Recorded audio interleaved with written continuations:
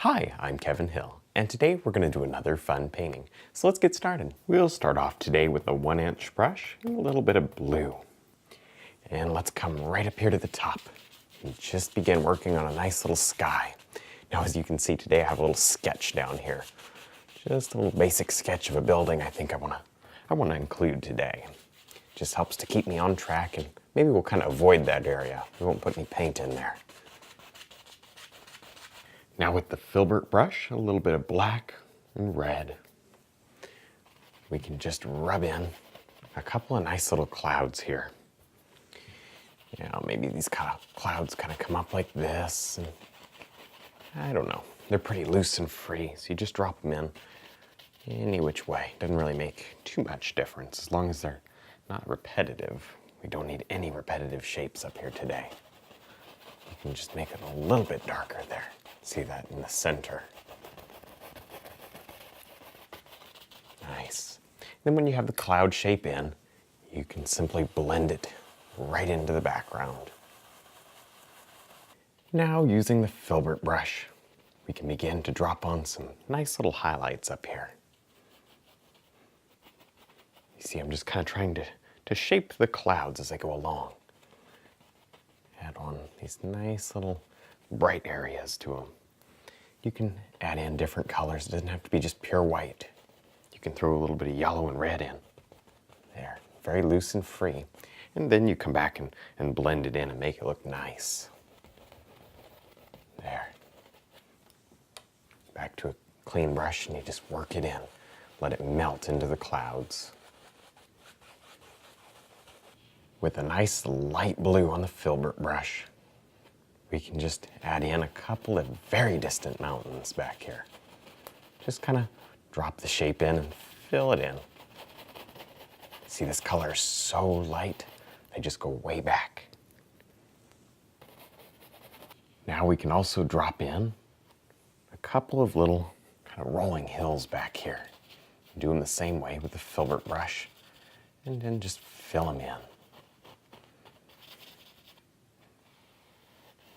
Try to avoid the little building there. You don't need too much paint in that area. Now with the fan brush, some black, brown, and green. We can go ahead and let's start thinking about some big evergreens here. Maybe we'll just sort of touch down and begin tapping and get all this nice texture in there. These evergreens today they're pretty rough, so we really are not too worried about them. There. And maybe we need one right there.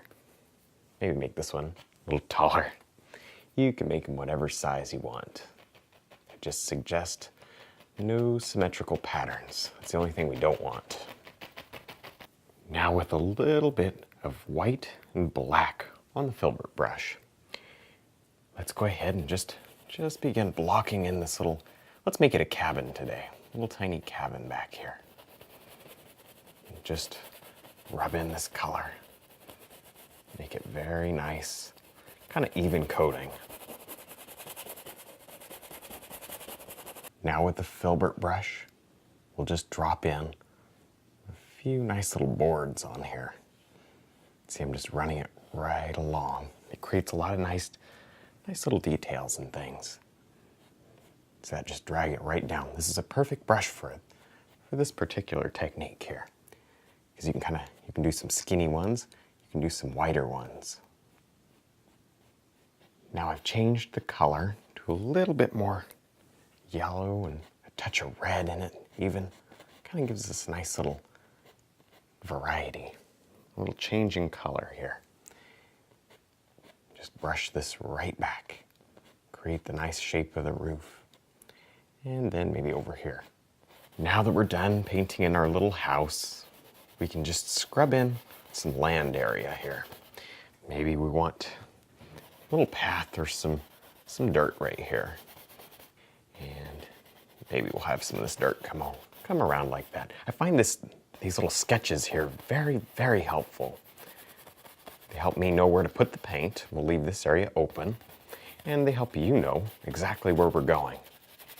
Now with a 1-inch brush and a little bit of black and blue, let's just brush in a little dark color down here at the bottom. This is going to be our water. And it comes up and just fill in this last little bit of white area. It's really quite easy. With the filbert brush, a little bit of brown and white, we can go ahead and just throw on a quick highlight here to some of this land, some of the dirt here. And it kind of comes along like this. I don't know, I'm just going to pick out areas where you might want some. Maybe a little more touch brighter in through here. You see that? Because that light from the window there would kind of be shining on this dirt. With the 1-inch brush, maybe we just need a few little close-up things here in the foreground. Maybe these are like little blades of grass or little weeds, and it really doesn't make any difference what they are. They're just some nice foreground material, which kind of brings us a little closer here. And that's nice. Shows depth, and it kind of gives your painting some different layers. Keep these subtle. I don't want to go so bright that they distract from the nice effect we have going on right in through here. Now with the liner brush, we can just drop in a few nice little blades of grass here. Now first off, I've thinned this paint down to a very, very almost ink-like thickness. It's very runny. That way it flows right off the brush. This brush holds a lot of paint. And you just pull up to get these little blades of grass. This really helps to add detail and give a lot of nice interest to the painting. Now we can also just dot straight in to some titanium white. Get a nice big blob up there and just look at this. Just begin to make little flowers even. Little tiny cluster flowers. Oh, that helps to add a lot of detail and makes your painting really come alive. People are gonna stand there and really look at it and soak in all the detail. Nice. Now with our filbert brush and a little bit of yellow and green, we can just dab on a little tiny hint of highlight. Now we really don't need too much, just here and there. And you could do it with the fan brush. Either one would work just fine. Today I thought I'd do it with the filbert because we get a little more tiny effect. We get a lot of little details this way.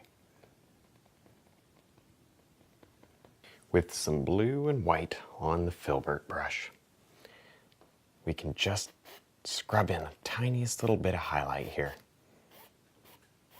See, just drag it flat all the way across. And some areas will be lighter and some darker. Kind of work around the rocks and things that are already in there. If you end up covering a little, you can always go back and put it in. But keep the corners nice and dark. Don't go too far with this. Well, I had a lot of fun. I hope you did too.